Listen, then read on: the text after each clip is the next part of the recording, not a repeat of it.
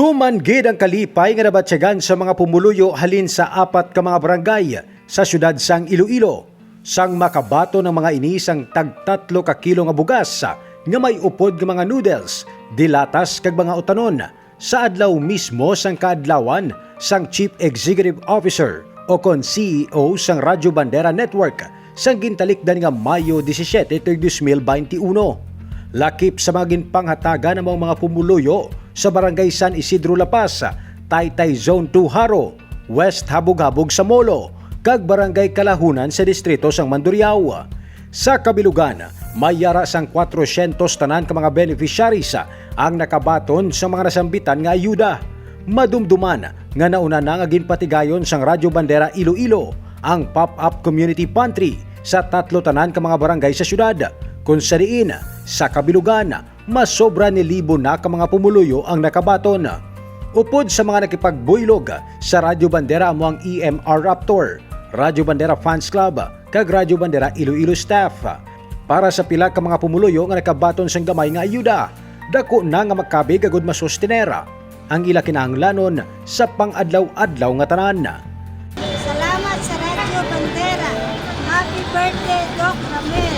Madamo nga salamat, Doc Oy. Salamat, Salamat kay Doc Ramel Oy. Happy birthday. Dako naman ang pagpasalamat sa mga barangay kapitana sang 4 tanan ka mga barangay. Initungod nga isa ang ilang nga lugar sa napilian sang Radyo Bandera nga kadtuan.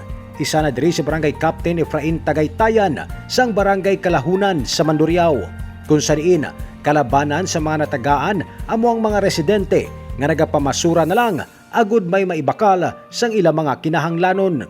Nagapasalamat iyo ni sa amon nga sa Radyo Bandera nga pagbulig man sa akong mga pumuluyo sa paghatag sa ila pagkaon para sa ila pangadlaw-adlaw nga tanan.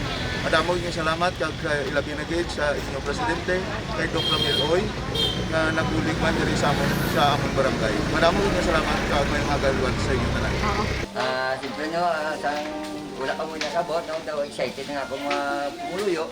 Hindi daw nalipagin sila siguro, no? Nung pagkabati nila na nag-atang diri sa barangay, ang barangay ka Bandera, no? Dako kini na bagay, no? Na para ginatag sang barangay ka Bandera diri sa among barangay, kasi siyempre yung mga tao diri sa amon daw kadabo gid yung sang tawag na pigado.